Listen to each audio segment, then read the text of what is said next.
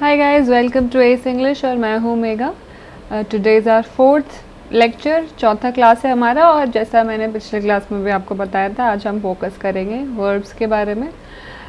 Before we begin, सबसे पहले तो जानते हैं कि वर्ब्स होता क्या है। तो वर्ब्स जो एक ऐसे पार्ट ऑफ स्पीच है जो उसके बिना कोई भी सेंटेंस जो है हमारा कंप्लीट नहीं हो सकता। मतलब हर एक सेंटेंस में एक वर्ब होना ही चाहिए। और ये वर्ब क्या होते हैं? अब जैसे अगर हम बात करें कि वो पढ़ रहा है, वो सो रहा है, वो खा रहा है, तो इसमें जितने भी एक्शन वाले वर्ड्स हैं, यानी खाना, सोना, पढ़ना, ये सारे जो हैं वो बता रहा है कि वो जो सब्जेक्ट है वो क्या कर रहा है। ठीक है, तो ये जो वर्ड्स होते हैं, रीडिंग, राइटिंग, स्लीपिंग, जो कि एक सब्जेक्ट है एक सेंटेंस में, उसका स्टेट बता रहा है कि वो क्या कर रहा है, वो सारे वर्ड्स होते हैं वर्ब्स। ठीक है, बहुत अलग अलग तरीके के वर्ब्स होते हैं। जो तीन मेजर कैटेगरी, जो broad fundamental categories of verbs है, पहला होता है फाइनाइट या इनफाइनाइट। तो फाइनाइट वर्ब्स क्या होते हैं? जैसे मैंने बोला था, हर सेंटेंस में एक वर्ब होना ही चाहिए और एक से ज़्यादा भी हो सकता है। मगर एक वर्ब जो होता है, कभी कभी उसी के हेल्प से ही वो सेंटेंस कंप्लीट हो जाता है, तो उसमें किसी दूसरे वर्ब की ज़रूरत नहीं होती है। और ऐसे कौन से वर्ड्स हैं? जैसे आई स्विम एवरी डे, ये जो फर्स्ट वर्ड है, फर्स्ट सेंटेंस है हमारा, let's look at that. I swim every day, यहाँ पे जो वर्ब है वो है स्विम, बिकॉज ये बता रहा है कि ये जो सब्जेक्ट है यानी आई, ये क्या करता है, हर दिन वो स्विम करता है। ठीक है, ये एक्शन है, तो ये हो गया हमारा वर्ब। सेकेंड जो सेंटेंस है, she reads many books, reads यहाँ पे वर्ब है। और हम देख रहे हैं कि इन दोनों सेंटेंस में एक ही वर्ब है। ये आई हो गया हमारा प्रोनाउन, और एवरी डे ये भी नाउन है। She reads many books, she is also a pronoun, और मैनी बुक्स ये भी नाउन ही है। ठीक है, तो यहाँ पे भी वर्ब सिर्फ एक ही है, रीड्स, और इन सिर्फ एक ही वर्ब से ये सेंटेंस भी कंप्लीट हो जा रहा है। इसमें ऐसा कुछ इनकम्प्लीट नहीं लग रहा है। वो पहले वाले में बता रहे कि वो मैं स्विम करता हूँ हर रोज़, और दूसरे बता रहे कि वो हर दिन कि वो बुक पढ़ती है, बहुत सारी बुक पढ़ती है। थर्ड वाले में भी हम देखें तो he talked for several hour, यहाँ पे एक्शन क्या है? टॉक्ड, तो ये हो गया वर्ब। तो ये जो हमारे फर्स्ट 3 एग्जाम्पल्स है, उसमें एक ही वर्ब हम देख रहे हैं और उसके हेल्प से वो सेंटेंसेस कंप्लीट हो गए हैं। और ऐसे जो वर्ड्स हैं जिसमें एक ही वर्ब लग रहा है और सेंटेंस कंप्लीट हो रहा है, वो होते हैं फाइनाइट वर्ब्स। जो second type of verbs sentences है, उसमें 2 वर्ब होना चाहिए, तभी वो सेंटेंस कंप्लीट होता है। जैसे वी आर रनिंग, आर भी एक वर्ब होता है और लर्निंग भी एक वर्ब है, दोनों ही एक्शन बता रहे हैं। और ये एक्शन कैसे बता रहे हैं? लर्निंग मतलब वो पढ़ाई कर रहे हैं, और आर जो है वो उसका टेंस बता रहा है वर्ब का। सो this is also a verb, और ये दोनों मिल के बता रहे हैं सेंटेंस में कि हम क्या कर रहे हैं, तो हम पढ़ाई कर रहे हैं। Similarly we are running and she is reading.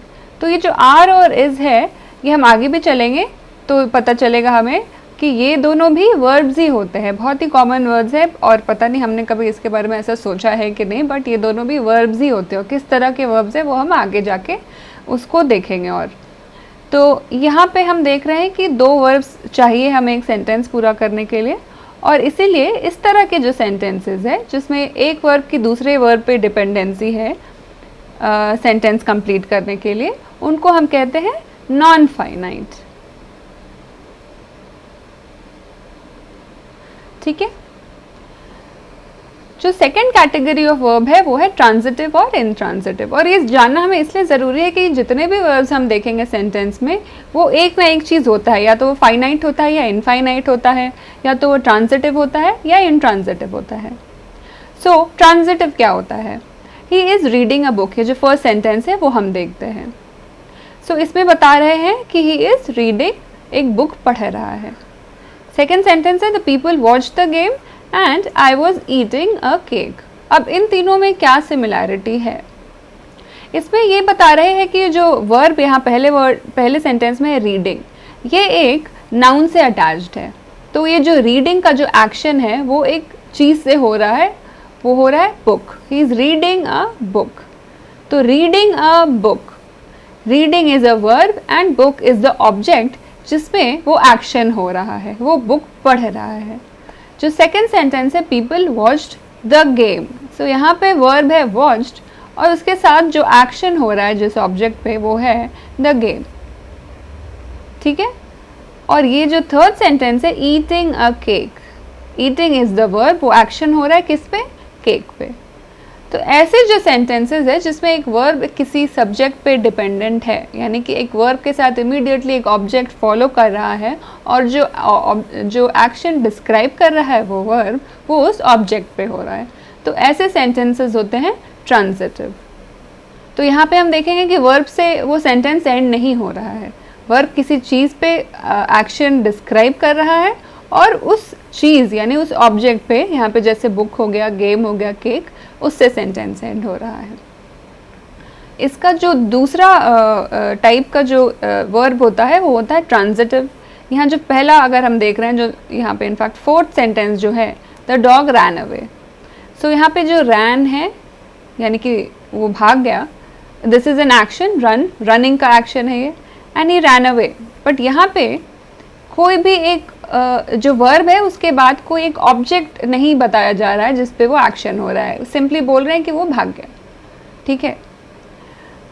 और जो दूसरा सेंटेंस है उसमें भी यही लिख रहा है don't talk loudly when the baby स्लीप्स, तो ये जो स्लीप्स है यहाँ पे ये वर्ब है, बट इसके बाद भी कोई ऑब्जेक्ट नहीं है, किसी ऑब्जेक्ट पे वो वर्ड जो है ऐसा अटैच्ड नहीं है जिससे वो उसको एक्सप्लेन कर रहा हो कि वो एक पर्टिकुलर ऑब्जेक्ट स्लीप कर रहा है, क्योंकि इसी में एंड हो जा रहा है ये। और इसमें सेंटेंस हमें समझ में भी आ रहा है कि बच्चा जब सो रहा है तो प्लीज़ डोंट टॉक लाउडली। सो यहाँ पे जो हम देख रहे हैं, जो आखिरी जो 3 सेंटेंसेस है उसमें जो सेंटेंस है वो वर्ब पे एंड हो रहा है और इट्स अ कंप्लीट सेंटेंस। इसमें कुछ हमें अवे के बाद या पहले एग्जांपल में अगर हम देखें तो अवे के बाद कोई ऑब्जेक्ट अटैच करने की हमें ज़रूरत नहीं हो रही है, दूसरे सेंटेंस में भी स्लीप के बाद कोई हमें ऑब्जेक्ट अटैच करने की ज़रूरत नहीं हो रही है, और third sentence the dust in the air made me sneeze, तो यहाँ पे भी ये सेंटेंस कंप्लीट है। जो स्नीज है यानी कि जो एक्शन है वर्ब है ये, और ये किसी भी ऑब्जेक्ट पे अटैच्ड नहीं है। सो ये सारे जो सेंटेंसेस है जिसमें verb in a way independent है वो होते हैं इंट्रांजिटिव वर्ड्स के example. So this is intransitive. और ये है ट्रांजिटिव। मेरी हैंडराइटिंग थोड़ी समझना मुश्किल हो रहा है मुझे भी, पेन टैबलेट की मुझे आदत नहीं है, but I hope you will understand. पहला पार्ट है ट्रांजिटिव और these are the examples of intransitive verbs. और जो थर्ड कैटेगरी ऑफ वर्ब्स है, ये वर्ब्स होते हैं या तो रेगुलर होते हैं या इरेगुलर। हर वर्ब का भी ये कैटेगरी है, या तो वो इरेगुलर होते हैं या रेगुलर होते हैं। और रेगुलर वर्ब्स क्या होते हैं, अब जैसे ये पहला जो वर्ड है प्ले, ये एक वर्ब है, this is the base word. इसको अगर हम अलग अलग टेंसेस में कन्वर्ट करेंगे, पास्ट टेंस में अगर हम इसको कन्वर्ट करेंगे तो इसको हम लोग ईडी लगा देंगे, ठीक है, प्लेड हो गया। बेक का भी वही, अगर हम ईडी लगा देंगे एंड में या डी लगा देंगे तो वो पास्ट टेंस में कन्वर्ट हो रहा है। लिसन का भी वही है। ऐसे जो वर्ड्स हैं जिनका आप ईडी या डी लगा के उसका टेंस बदल देते हो वो होते हैं रेगुलर वर्ड। अब जो दूसरे तरह के वर्ड्स होते हैं इरेगुलर वर्ड्स, अब इसमें आप डी लगा के आप उसको उसी वर्ब का दूसरा फॉर्म में आप उसको कन्वर्ट नहीं कर पा रहे, क्योंकि अगर आप डी लगा रहे हो तो सीड हो जा रहा है, जो कि अनर्ड, वो एक नाउन है और उसका मतलब है कि एक बीज। मगर यहाँ पे सी किसको रेफर कर रहा है, देखना। तो इसको अगर हम उसको पास्ट टेंस में कन्वर्ट करना होता है तो हमें इसका स्पेलिंग पूरा बदलना पड़ता है, सॉ करना पड़ता है। सिमिलरली ग्रू को अगर हम पास्ट टेंस में कन्वर्ट करेंगे तो वो हो जाएगा ग्रीव। हम यहाँ पे ईडी नहीं लगा सकते तो वो वर्ड नहीं होगा। और गिव का भी चेंज करते हैं हम, वर्ड गेव बना देते हैं अगर हम इसको पास्ट टेंस में बताना होता है तो ये जो वर्ड्स है जिसमें कोई पर्टिकुलर, अब जैसे आप इसमें सॉ कर दिया, ग्रीव कर दिया, गेव, कोई पर्टिकुलर पैटर्न नहीं फॉलो कर रहा है, तो ऐसे ये इरेगुलर वर्ड्स होते हैं, क्योंकि ये आप क्लियरली आप उसको कुछ फॉर्मूला आप नहीं बता सकते। जैसे यहाँ पे तो हमने बता दिया कि या तो ईडी या डी लगा दो तो वो कन्वर्ट हो जाएगा पास्ट टेंस में, मगर यहाँ पे अब यहाँ पे ए डब्ल्यू लगा दिया, किसी में कभी ई लगा दिया, ई डब्ल्यू, कभी वी कर दिया, तो यहाँ पे कोई भी पर्टिकुलर कॉन्क्रीट रूल हमें नहीं दिख रहा है, इसीलिए वर्ड्स होते हैं इरेगुलर वर्ड्स। तो अब हम देखते हैं कुछ क्वेश्चन जिससे हम ये कॉन्सेप्ट जो अभी हमने पढ़ा वो थोड़ा क्लैरिटी हमें मिले. So first question is, my grand mother has a big piano at her place. I play it last time when I went there. सो ये दोनों जो पार्ट्स ऑफ द सेंटेंस है, my grand father has a big piano at her place, it is right. I play it last time, so ये जब last time की बात हो रही है यानी कि पास्ट में उसने कुछ किया. मगर ये जो प्ले है, जैसे क्योंकि ये हम लोग देख रहे हैं बेस वर्ड लिखा है ना, तो ईडी लगा है ना डी, तो ये एक प्रेजेंट टेंस में ये वर्ड है, वर्ब प्ले. तो इसको हम लोग और ये किस तरह का वर्ड है, अगर हम लोग ईडी लगाएंगे या हाँ ईडी इसमें लगाएंगे तो ये पास्ट टेंस बन जाएगा. So this is an example of a regular verb. तो correct answer should be played, क्योंकि इसको हम लोगों को पास्ट टेंस में कन्वर्ट करना है, बिकॉज जैसा कि हम आगे पढ़ेंगे सेंटेंस में लिखा था कि उसने लास्ट टाइम जब वो अपने ग्रैंड मदर के घर गया था तो उसने पियानो बजाया था. सो ये टेंस हमें यहाँ पे दिख रहा है कि गलत है, तो आंसर होगा पार्ट सी में, बाकी सारे पार्ट्स सही है. मीरा's voice is very soothing.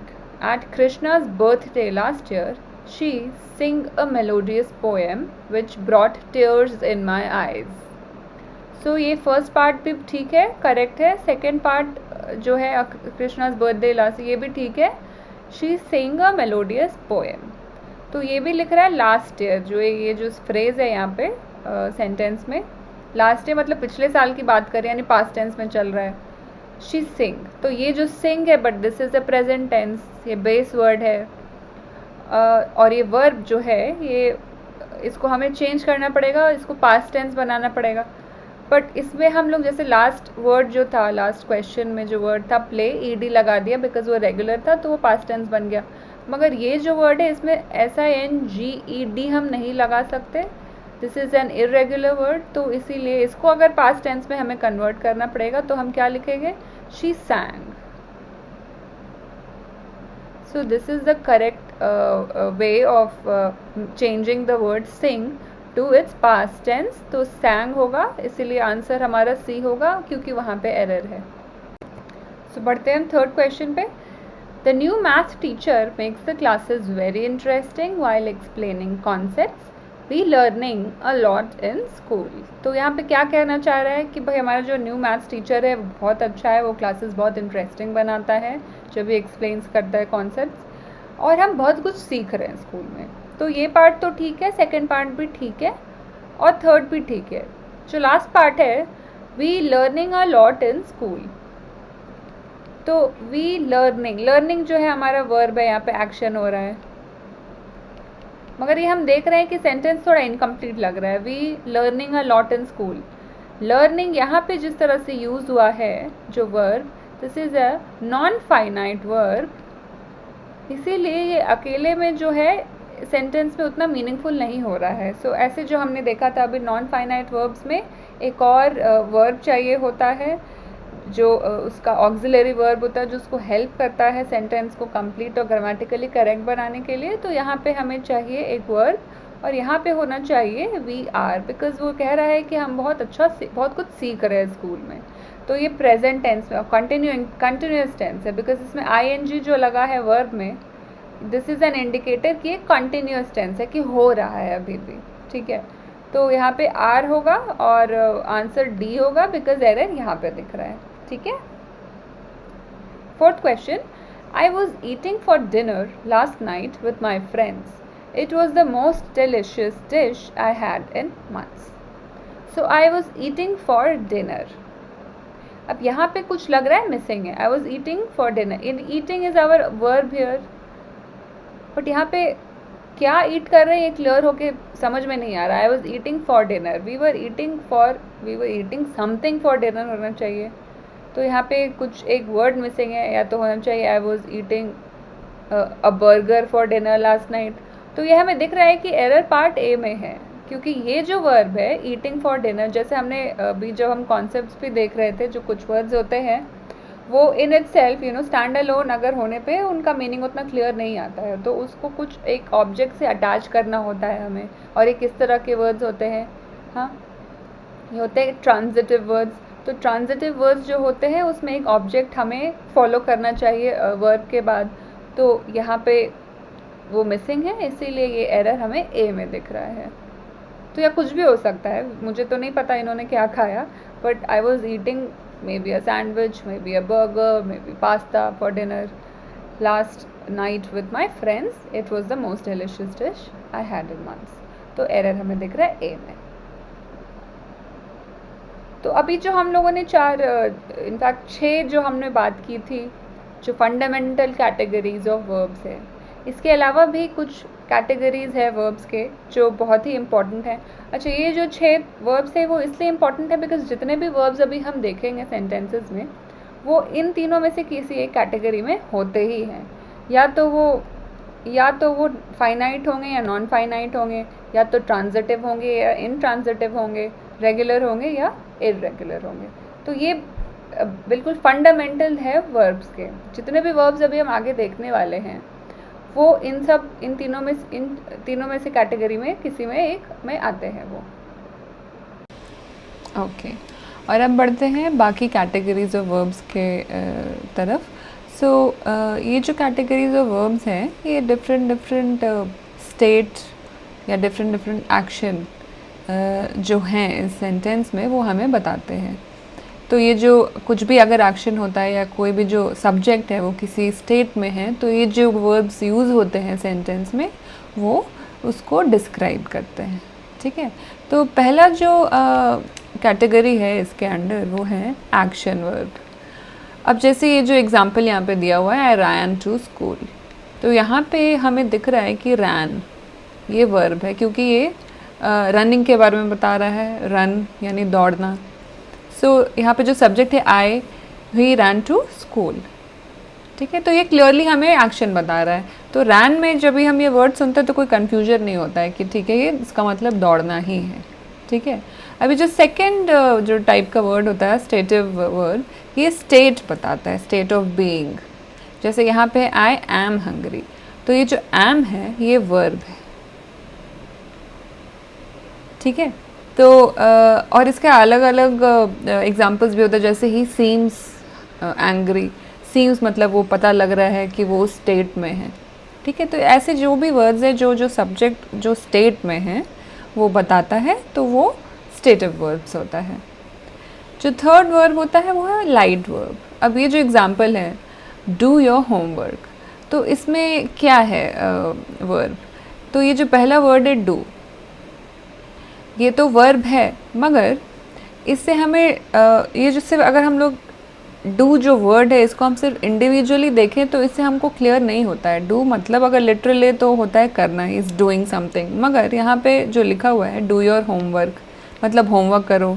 या फिर अगर दूसरा वर्ड होगा, दूसरा सेंटेंस होगा डू यू नो हिम, तो यहाँ पे वो जानने के लिए यूज़ हो रहा है। ठीक है, इंडिविजुअल वर्ड डू मतलब होता है कुछ करना, मगर यहाँ पे हम कह रहे हैं होमवर्क, और जो दूसरा सेंटेंस है उसमें पूछ रहे हैं कि तुम क्या उसको जानते हो, तो वहाँ पे करना नहीं बोल रहे हैं। इसीलिए ऐसे जो वर्ड्स होते हैं जिनका इंडिविजुअल मीनिंग बहुत क्लियर नहीं होता है एक सेंटेंस में, अगर आप उसको एक इंडिविजुअल वर्ड की तरह पकड़ के चलो सेंटेंस में, तो वो लाइट वर्ब्स होते हैं। तो इनका ट्रू मीनिंग तब क्लियर होता है जब आप बाकी सेंटेंसेस में भी आप उसको देखो कि जो दूसरे वर्ड्स हैं और जो पहला वर्ड है जो वर्ब है उसके साथ कंबाइन होके फिर वो क्या मीनिंग निकल रहा है। ठीक है, जो फोर्थ टाइप ऑफ वर्ब है वो है फ्रेजल वर्ब। तो ये जो सेंटेंस है I can't believe you are giving up, तो इसमें क्या है वर्ब गिविंग अप। तो ये फ्रेजल इसलिए है क्योंकि ये दो अलग तरीके के वर्ड को साथ में मिलके एक फ्रेज़ हम लोग कंसिडर कर रहे हैं, और ये जो दोनों फ्रेज़ है, जो दोनों वर्ड जो मिलके एक फ्रेज़ बना रहा है, वो साथ में मिलके ही एक मीनिंग देता है। अब इंडिविजुअली अगर आप लोगे तो गिविंग मतलब देना, अप मतलब ऊपर, तो ये लिटरली अगर आप इसको लोगे कि I can't believe you are giving up, तो कोई सेंस नहीं बनेगा। आई कांट बिलीव, मैं नहीं समझ पा रही कि तुम दे रहे हो ऊपर, इट मेक्स नो सेंस। तो ये दोनों साथ में मिलके ही एक फ्रेज़ बनता है और यहाँ पे वो वर्ब की तरह यूज़ हो रहा है। So this is a phrasal verb. Fifth type होता है कंडीशनल। तो कंडीशन मतलब क्या होता है कि अगर ये होगा तो वो होगा, यही कंडीशन होता है कि मैं अगर एक्स वाई होगा तो वाई, अगर एक्स होगा तो वाई होगा, या फिर अगर तुम मुझे ए दोगे तो मैं तुम्हें बी दूंगी, ठीक है। तो ये कंडीशन होता है। तो ऐसे जो सेंटेंसेस है इसमें आपको नोटिस करना है इफ़, ये इम्पॉर्टेंट लेटर है टू अंडरस्टैंड कि ये जो सेंटेंस है वो कंडीशनल है कि नहीं। और इस तरह के सेंटेंसेस में जो कंडीशनल सेंटेंसेस होते हैं उसमें जो वर्ब हमें ये बता रहा है कि क्या होगा, है ना। जैसे यहाँ पे द लीव्स विल फॉल, ठीक है। तो ये जो विल फॉल है this is a conditional verb, ठीक है। Falling is a verb and will जो है दिस इज़ अ मॉडिफायर, वो उसको और मतलब वो उसका टेंस बता रहा है, जो कि ये होगा। पास्ट में होता तो ये होता would have fallen, you know, something like that. तो इसीलिए ये दोनों साथ में कंडीशनल वर्ब बन रहे हैं। ये वर्ब है मेन वर्ब, और ये जो विल है that is an auxiliary verb, यानी कि वो हेल्प कर रहा है दूसरे वर्ब को, जिससे साथ में मिलके दोनों हमें बता पा रहा है कि किस टेंस में होगा जो भी होना है एक्शन, ठीक है। जो छठा हमारा वर्ब है वो है कॉजेटिव। सो ये होता है कॉज एंड इफेक्ट, कि अगर एक्स होता है तो उसके वजह से बी होता है, ठीक है। कंडीशनल में थोड़ा डिफरेंट है, वो है कि अगर तुम्हें ए चाहिए तो तुम्हें बी करना पड़ेगा, ठीक है। मगर पॉजिटिव है कि भाई तुम्हें क्या चाहिए वो नहीं पता, मगर ये करोगे तो ये होगा, ठीक है। So this is the slight difference between conditional and positive. तो यहाँ जो एग्जाम्पल मैंने लिखा है, the new dress code force the students to wear formals. तो यहाँ पे the new dress code, forced is the verb which is being used, कि जो नया ड्रेस कोड है उसके वजह से क्या हो गया, उसके वजह से the students were forced to wear formals. So ऐसे जो वर्ड्स है जो आपको you know cause and effect वाले रिलेशनशिप बता रहे हैं सब्जेक्ट और बाकी के सेंटेंसेस में, वो पॉजिटिव वर्ब होते हैं, ठीक है। फोर्स्ड हो गया। सेवेंथ टाइप ऑफ वर्ब है फैक्टेटिव, यानी फैक्ट्स बता रहा है। तो she was appointed the new monitor, she was appointed.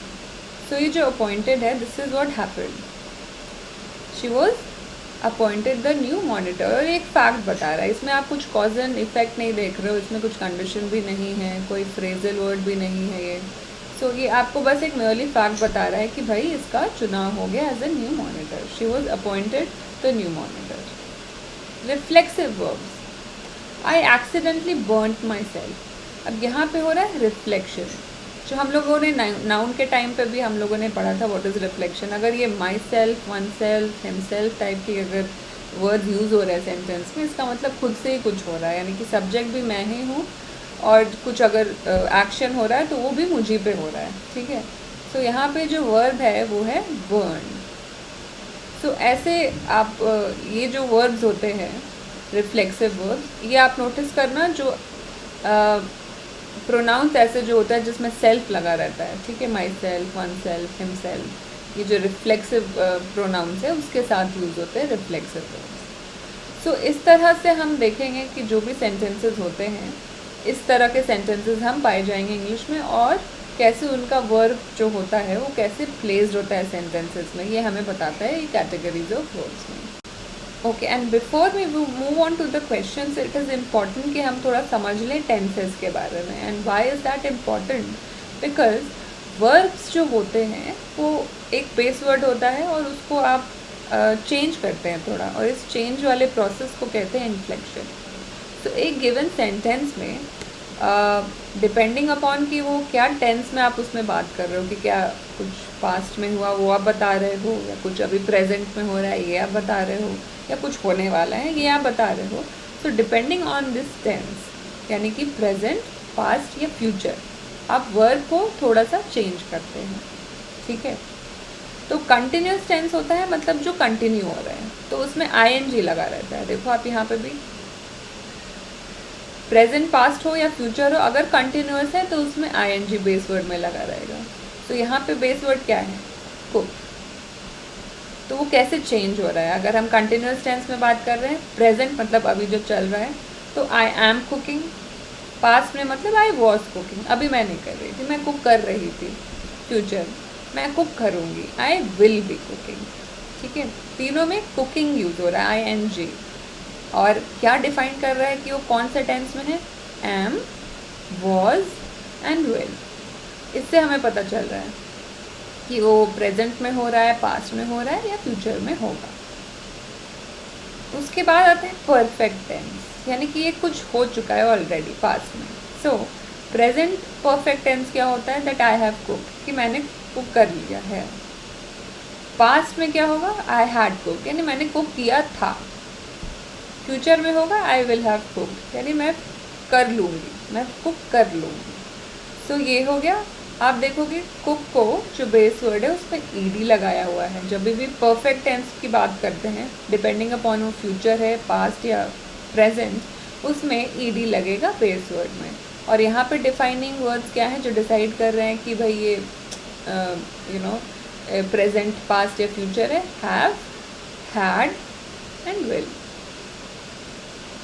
Perfect continuous होता है कि उसमें भी या तो प्रेजेंट हो सकता है, पास्ट हो सकता है या फ्यूचर। और यहाँ पे कीवर्ड आप देखोगे बीन।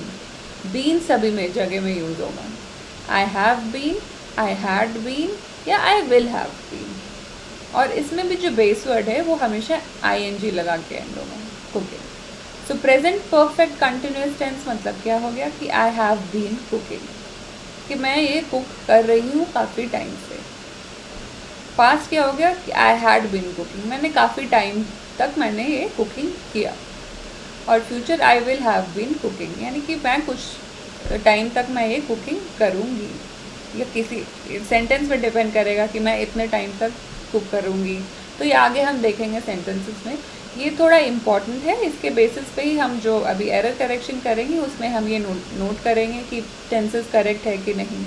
और ये जो की लेटर्स हैं या वर्ड्स हैं, जैसे अगर परफेक्ट कंटिन्यूस है तो have been, had been, will have been, ये सब के लिए हम नोटिस करेंगे कि एरर है कि नहीं सेंटेंसेस में। सो अब बढ़ते क्वेश्चंस की ओर। फिफ्थ क्वेश्चन है, if you had done your chore you could had an ice cream cone. Okay, so if you had done your chore, इसका मतलब है कि अगर आपने पास्ट में कोई काम किया होता then you could had an ice cream cone. तो हैड का यहाँ पे क्या यूज़ हो रहा है, आप कभी बोलते होगे कि I want to have coffee, मतलब मैं कॉफ़ी पीना चाहती हूँ, या I want to have chocolate, मैं चॉकलेट खाना चाहती हूँ। तो हैव का यूज़ होता है कभी कभी खाने के लिए, ठीक है। खाना जो वर्ड है उसको रिप्लेस करते हैं, यानी ईट के जगह भी यूज़ हैव या हैड, तो डिपेंडिंग ऑन द टेंस। तो यहाँ पे लिखा है कि you could had an ice cream कोन। अब हम पुराने स्लाइड में एक बार चलते हैं, जो हम टेंसेस की बात कर रहे थे। सो हैव हैड, यानी कि हैव के साथ पास्ट टेंस, यानी कि ये अगर हम देखेंगे प्रेजेंट परफेक्ट टेंस है ना। देख रहे हो आप, जब भी यहाँ पे पास्ट टेंस की लगा रहे हैं सेंटेंस में, यानी कि यहाँ पे हम हैड बोल रहे हैं ना, had is a present tense, past tense, तो यहाँ पे हैव लग रहा है। और अगर पास्ट टेंस की बात थी, पास्ट परफेक्ट टेंस में, तो हैड कुक्ड। मगर ये सेंटेंस प्रेजेंट परफेक्ट टेंस है। देखो, if you had done your chore you could have, यहाँ पे हैड नहीं होगा। If you had done your chore you could had an ice cream, that is wrong. इसीलिए यहाँ पे ये पास्ट परफेक्ट टेंस नहीं है, बिकॉज वहाँ पे हैड लगता बिफोर द वर्ब। तो इसीलिए यहाँ पे होना चाहिए have, because it is a present perfect tense. So have लगा, और ये है had जो है that is a past tense of the verb have. So the correct way to say this would be, if you had done your chore you could have had an ice cream cone. So the correct answer would be C. Jerry went to Goa with his parents in summer. See the ocean for the first time was an incredible experience. Jerry went to Goa with his parents, तो अच्छी बात है, कोई उसमें गलती नहीं है। See the ocean for the first time was an incredible experience. So what was an incredible experience, ocean को पहली बार देखना। यहाँ पे जो सी है, जो वर्ब है,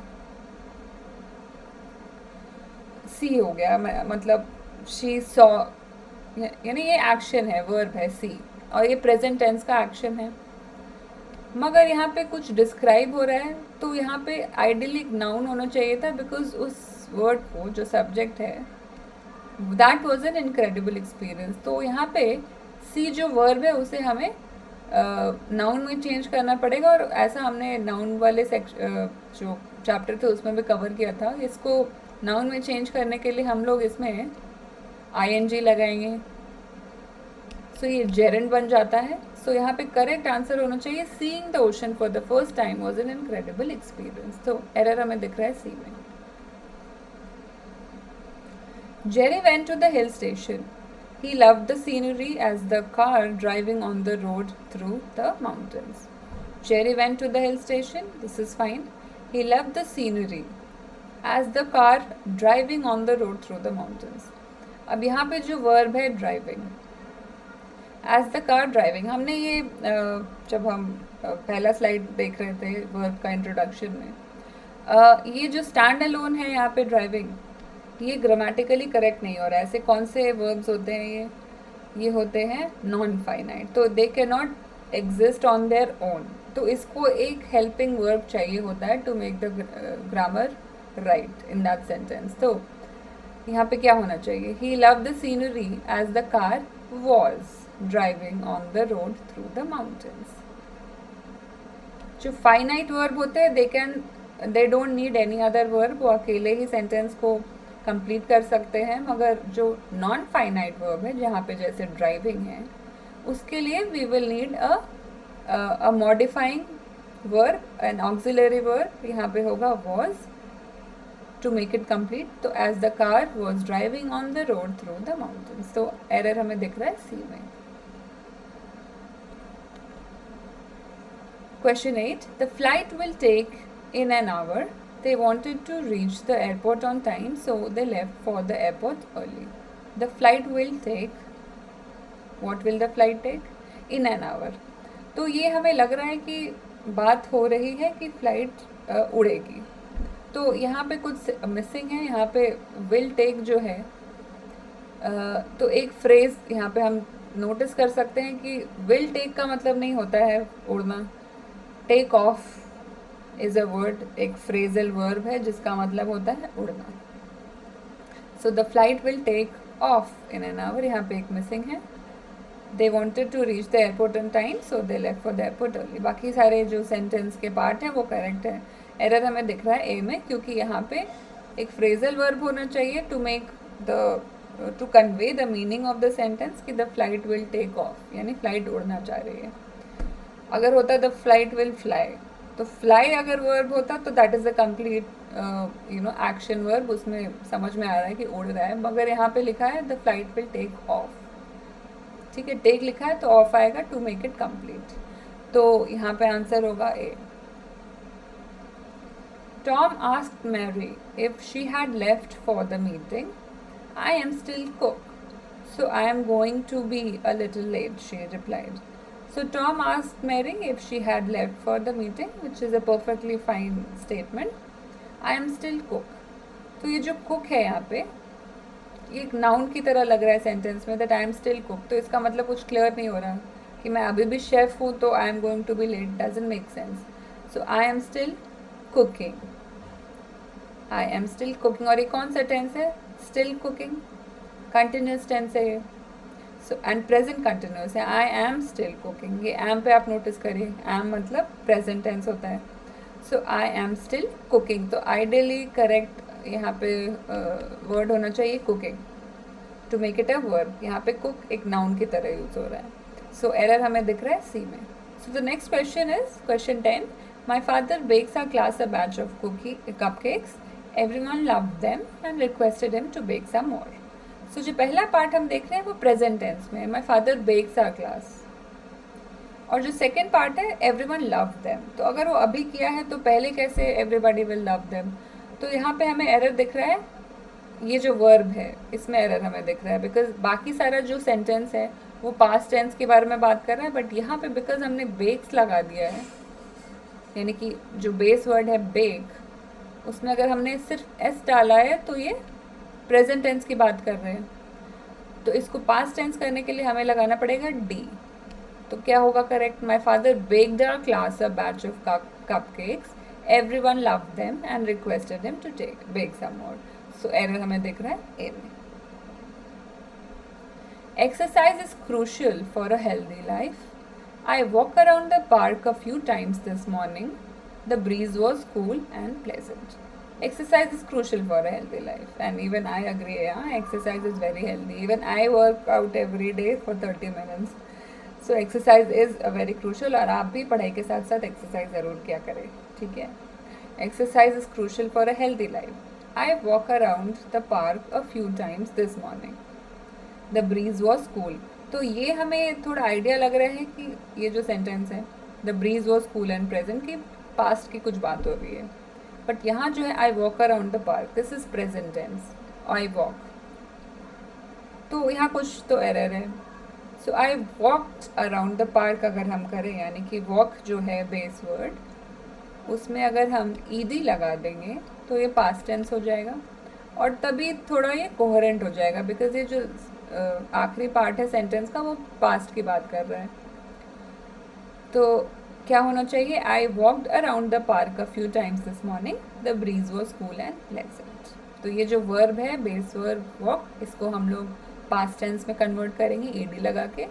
सो एरर हमें है बी में. सो ये है आंसर हमारा. 12th question. Your father is fine, don't panic, his doctor said. I panicked when I heard he was in the hospital, his son replied. So, ये तो ठीक है, your father is fine, don't panic. This is a present tense और यहाँ पे ख़त्म भी हो गया sentence. His doctor said. I panicked when I heard he was in the hospital. तो यहाँ पे है बोल रहा है कि मैंने जब सुना, यानी कि पास्ट में कुछ हुआ है. तो पास्ट में हुआ है तो प्रेजेंट में तो पैनिक नहीं करेंगे, तो पास्ट में पैनिक भी करेंगे हम अगर पास्ट में कुछ सुना है तो यानी कि ये जो वर्ड है this is a present tense, क्योंकि ये बेस वर्ब है पैनिक. अब इसको भी हम लोगों को चेंज करना है पास्ट टेंस में, तो पैनिक्ड, PANICKED. तो इसीलिए ये हमारा होगा. एरर हमें दिख रहा है बी में, बिकॉज बाकी सारे सेंटेंस में जो है पास्ट टेंस की बात आ रही है, बट पैनिक इसको प्रेजेंट टेंस में यूज़ किया हुआ है, इसीलिए ये होगा हमारा correct answer. So next question, question 13. I had already drove halfway to the office when I realized I forgot my briefcase. So I turned the car around and went back home to get it. So I had already drove. अब ये जो यहाँ पे तीनों words हैं, I had already drove.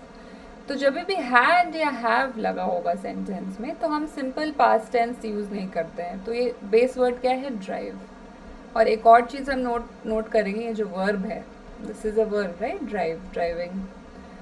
ये एक irregular verb है, बिकॉज इसमें आप अगर इसको पास्ट टेंस करना है तो आप इसको डी नहीं लगा सकते, ड्राइव्ड नहीं बोल सकते हैं, है ना.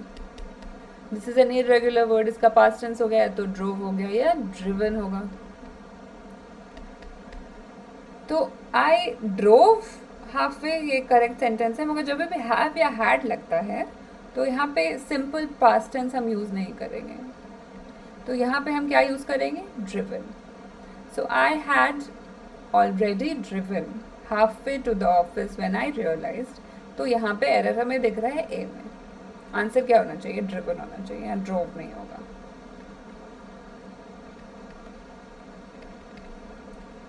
ठीक है, अगला क्वेश्चन है. Mohit had baked the cake yesterday itself because he did not want to miss the deadline. Mohit had baked, past की बात चल रही है, द केक येस्टरडे इटसेल्फ. अब यहाँ पे भी हैड यूज हो रहा है, जो लास्ट क्वेश्चन में भी था.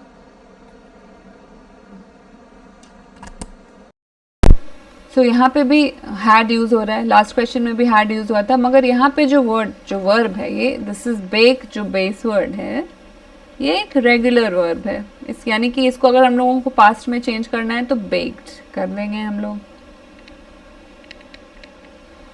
ठीक है, तो ये करेक्ट है. ये इस क्वेश्चन में कोई एरर नहीं है. लास्ट क्वेश्चन आप देखोगे क्योंकि ये एक इरेगुलर वर्ब था, इसीलिए हम लोग सिंपल पास्ट टेंस यूज़ नहीं करते, उसको ड्रिवन बनाते हैं. और ये जो ड्रिवन होता है that is a participle. This is a past participle, not past tense. ये भी हम लोग बाद में पढ़ेंगे थोड़ा और इसको डिटेल में.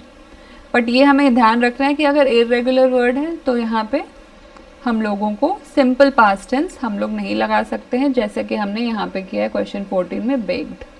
बेक को बेक कर दिया, पास्ट टेंस बना दिया. सो this is not having any error. This is a grammatically correct sentence. When Priya called Shweta, she said, I've been trying to reach you for over an hour now. My phone's battery had run out, Shweta explained.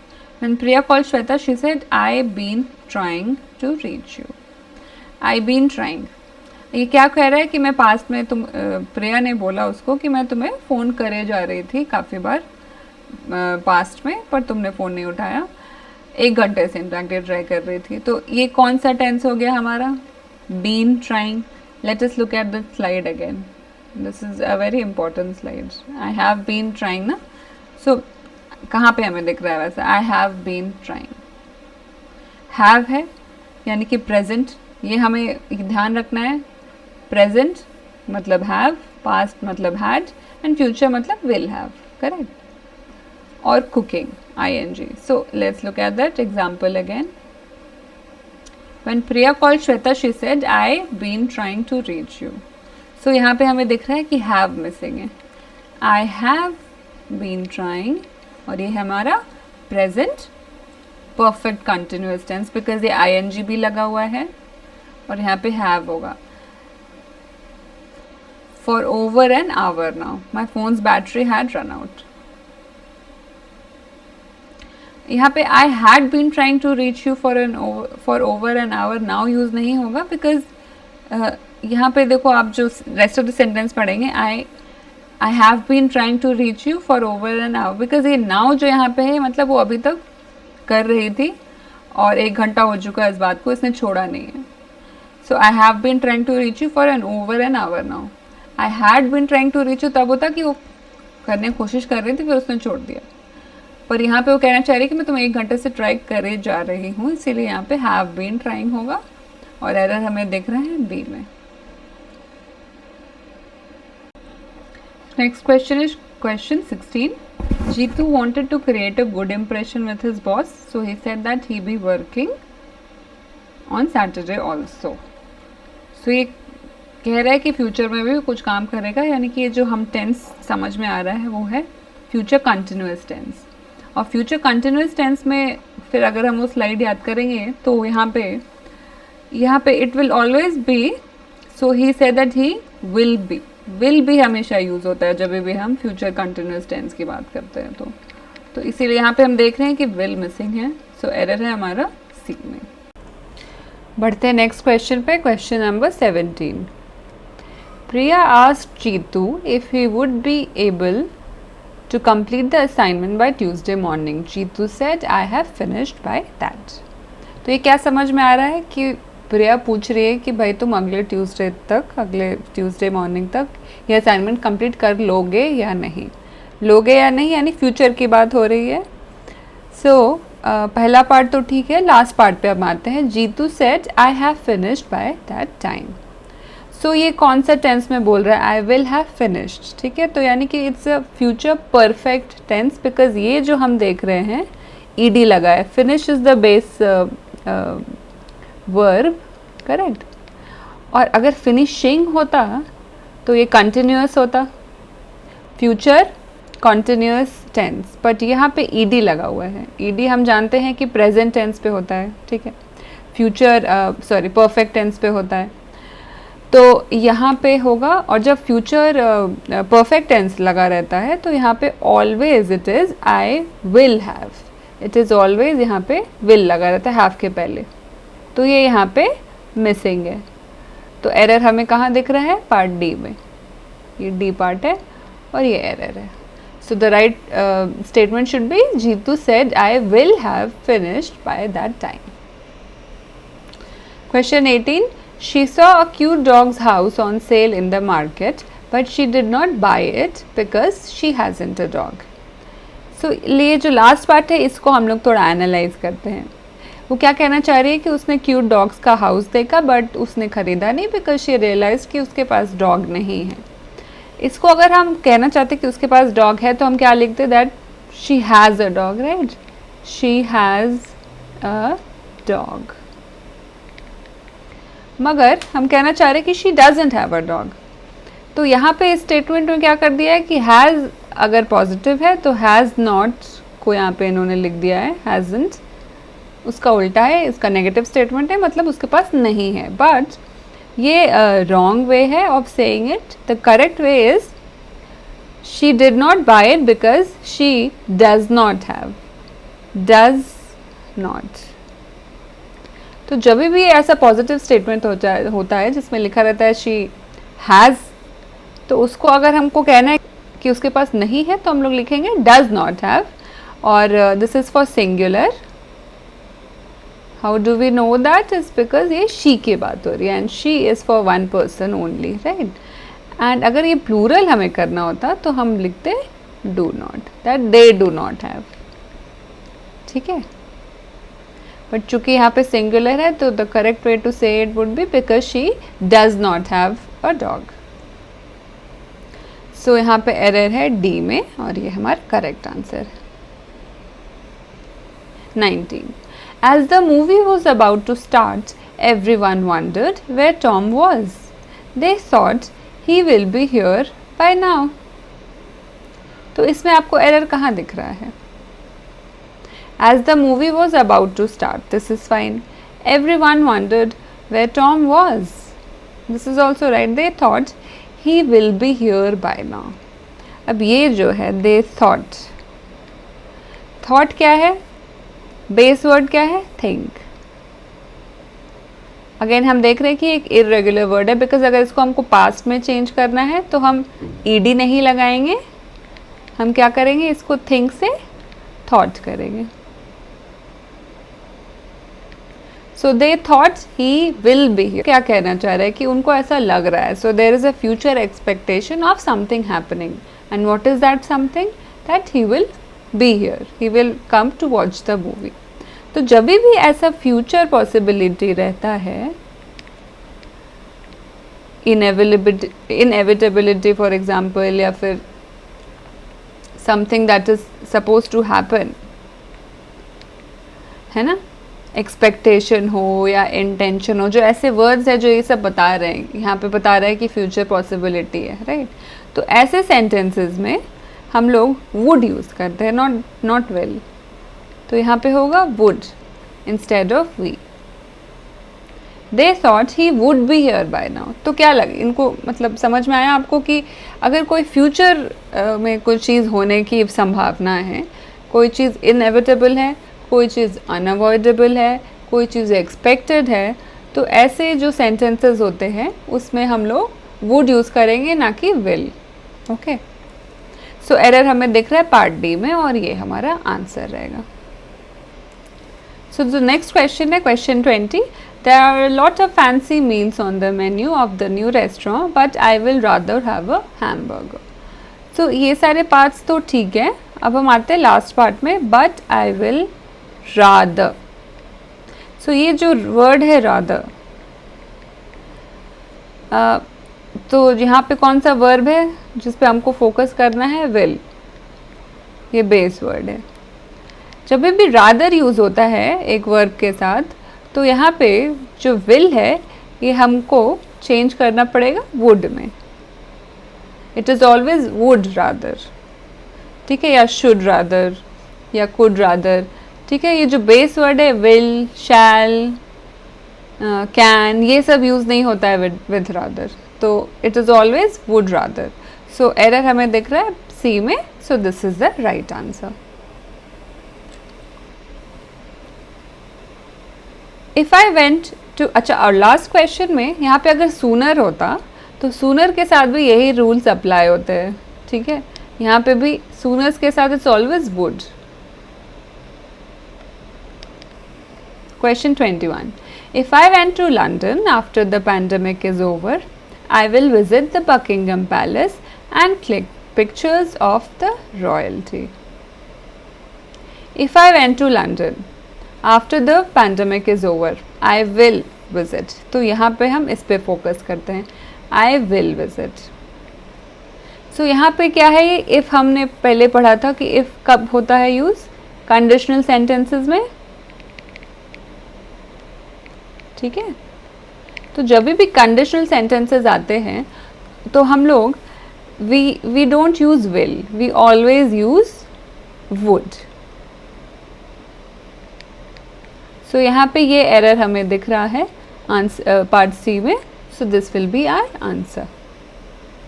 So question 22, don't worry about not getting in, it will not have been a very interesting class either. तो ये क्या कहना चाह रहा है कि भाई तुम चिंता नहीं करो, तुम्हारा अगर नहीं एडमिशन हुआ तो कोई बात नहीं, मुझे नहीं लगता कि वो बहुत इंटरेस्टिंग क्लास होता भी. तो this is a hypothetical scenario. वो कह रहा है कि ऐसा नहीं हो सकता है ना. ये फॉर फैक्ट हमें नहीं पता है कि वो इंटरेस्टिंग क्लास है कि नहीं है. वो ऐसा ही उसको बोल रहा है कि भाई हो सकता है कि वो अच्छा क्लास नहीं भी हो. So it's a hypothetical situation, मतलब ये सच में हुआ नहीं है बट वो ऐसा अज्यूम कर रहा है कि ऐसा हो सकता है. तो अगर ये ऐसा कुछ हाइपोथेटिकल क्वेश्चंस स्टेटमेंट्स रहते हैं तो हम लोग कभी भी फिर विल यूज़ नहीं करते, we always use would. So the right answer would be, a right statement would be, don't worry about not getting in, it would not have been a very interesting class either. So error हमें दिख रहा है part सी में. Question 23. When I was younger, I can run for 10 miles without breaking a sweat, but now I can manage only 2 miles without a break. So when I was younger, past की बात कर रही है कि जब मैं छोटा था. I can run, I can कब होता है? Present tense. और ये बात हो रही है पास्ट टेंस की, when I was younger, right. So ये एरर हमें दिख रहा है पार्ट बी में. तो यहाँ क्या होना चाहिए था? When I was younger I could run for 10 miles without breaking a sweat. ठीक है, तो एरर है पार्ट बी में और ये हमारा है right answer.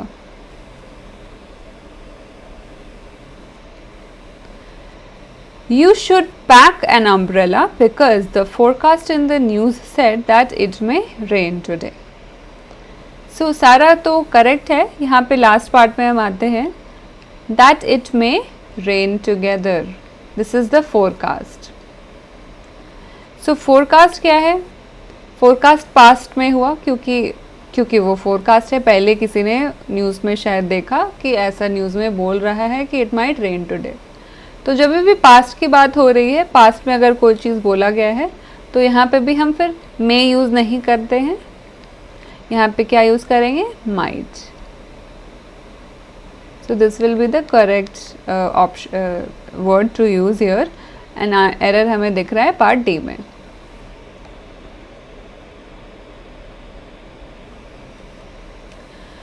To running is often tiresome in those shoes, especially when the weather is as hot as it is today.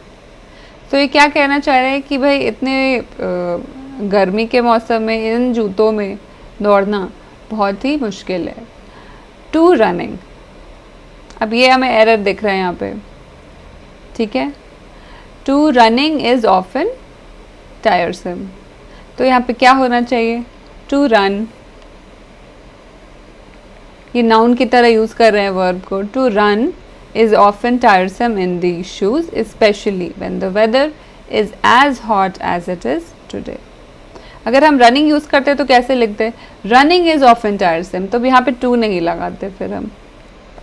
ठीक है, running is often tiresome in the shoes especially when the weather is as hot as it is today. But अगर to से शुरू हो रहा है तो हम लोग ING नहीं लगाएंगे, बेस वर्ड ही रहेगा. ये हमेशा याद रखना आप, जब भी टू के बाद वर्ब आ रहा है तो बेस वर्ड ही रहेगा. उसमें फिर ING रनिंग नहीं करेंगे, जेरेंड नहीं बनाएंगे उसको वर्ब को. सो हम लोग हमेशा टू के साथ टू रन जो बेस वर्ड है वो ही रखेंगे. सो ये एरर हमें पार्ट ए में दिख रहा है और ये हमारा आंसर है. 26. We ran out of tissue papers in the morning, so I gone to the nearest store to buy some. While there, I also bought some chips and a bottle of Pepsi. When we ran out of tissues, ये past में कुछ हुआ वो बता रहा है. So I gone to the nearest store to buy some. So यहाँ पे base word actually क्या है? To go, है ना? But ये gone तो ये correct word नहीं है. तो क्या होना चाहिए पास्ट टेंस के लिए? Went. So I went to the nearest store to buy some. So correct answer क्या होगा? बी.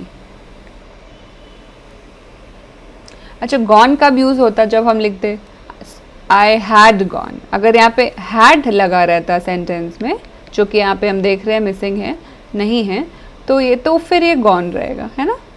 ये आप याद करना, जो हम लोगों ने टेंसेस वाला जो स्लाइड बनाया है उसमें अगर आप रेफर करोगे तो ये जो वर्ड्स है गॉन, है ना, इसके साथ ऑलवेज हैव या हैड लगेगा.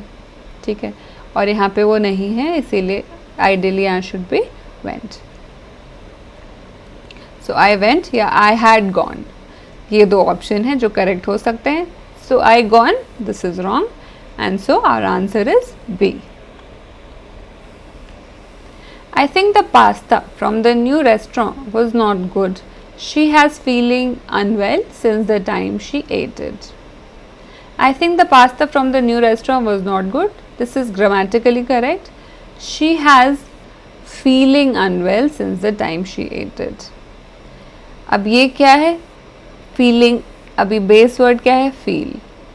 जब ing लगता है तो continuous tense हो जाता है. ठीक है. So she has been feeling. तो ये जब भी होगा continuous tense, she has been feeling unwell. तो यहाँ पे एरर होगा C में, और this is our correct answer. So अगला क्वेश्चन है question 28. He grown a lot of different vegetables on the little patch of farm that he inherited from his father. So he grown. अब ये जो grown है, ये क्या हमें लग रहा है? बेस वर्ड क्या है? ग्रो, है ना. पास्ट टेंस क्या होगा? ग्रू. और कंटिन्यूस में क्या यूज करेंगे हम लोग? ग्रोन. सो ये हमें लग रहा है grown is a continuous tense, और उसके साथ क्या आता है कंटिन्यूस के साथ? हैज या had. So he has grown a lot of different vegetables on the little patch of farm that he inherited from his father. So we know that here a word is missing, और ये has हो सकता है. He had grown a lot of different vegetables on the little farm, ये भी correct है. So error हमें कहाँ दिख रहा है? पार्ट A में. So ये हमारा right answer है. Jerry and Lily are working 2 jobs a day because they trying to save money to buy a new house this December. So Jerry and Lily are working, this is fine, 2 jobs a day because they trying. अभी यहाँ पे क्या है? Verb हमारा try, base word is try, और यहाँ पे trying है, यानी कंटिन्यूस टेंस है. एक तो ये हो गया हमारा ऑब्जर्वेशन. फिर हमें क्या पता है कि ये also this is a non finite word, because ये कंप्लीट नहीं लग रहा है हमें. 2 jobs a day because they trying. So ऐसे जो नॉन फाइनाइट वर्ड्स हैं उसमें हम क्या जाने थे कि एक और वर्ब को हमें इंट्रोड्यूस करना पड़ेगा ताकि वो उसके साथ मिल के सेंटेंस को कंप्लीट बना सके. सो यहाँ पे क्या है? उसके पहले word they is a plural, तो दे के बाद आएगा they are. Jerry and Lily are working 2 jobs a day because they are trying to save money to buy a new house this December. So error है part B में, और ये हमारा correct answer है. Question 30. I go to the college in fall, but first I must finish my school and pass the exams, otherwise my application can be put on hold. So ये future की बात कर रहा है कि वो college जाएगा और उसके पहले उसे कुछ कुछ काम करना है. तो यहाँ पे आई गो टू द कॉलेज, ये तो प्रेजेंट टेंस है, और इसको हमें फ्यूचर में कैसे बनाना होगा? Will. I will go to the college in fall, but first I must finish my school, और बाकी सेंटेंस करेक्ट है. तो एरर हमें कहाँ दिख रहा है? पार्ट ए में. सो ये था वर्ब का पहला part. Verb is a very vast and very important part of the parts of speech of grammar. तो इसको हम लोग नेक्स्ट क्लास में भी कंटिन्यू रखेंगे, थोड़ा सा और क्वेश्चंस करेंगे वर्ब्स का। और या ये वाला क्लास हम आज यहीं पे एंड करते हैं। If you have any doubts, any feedback, write it in the comment. तब तक आप stay safe, take care and have a good night. और अगर आपने ये पहली बार आज देखा है इस चैनल पे वीडियो, तो मैं रिक्वेस्ट करूँगी कि आप पुराने वीडियो पे जाएं, ताकि आपको एक प्रॉपर स्ट्रक्चर जो हम फॉलो करने वाले हैं उसका थोड़ा आइडिया मिले। और यस, तो फिर अगले क्लास में मिलते हैं वेडनेसडे को। तब तक take care. All right, bye.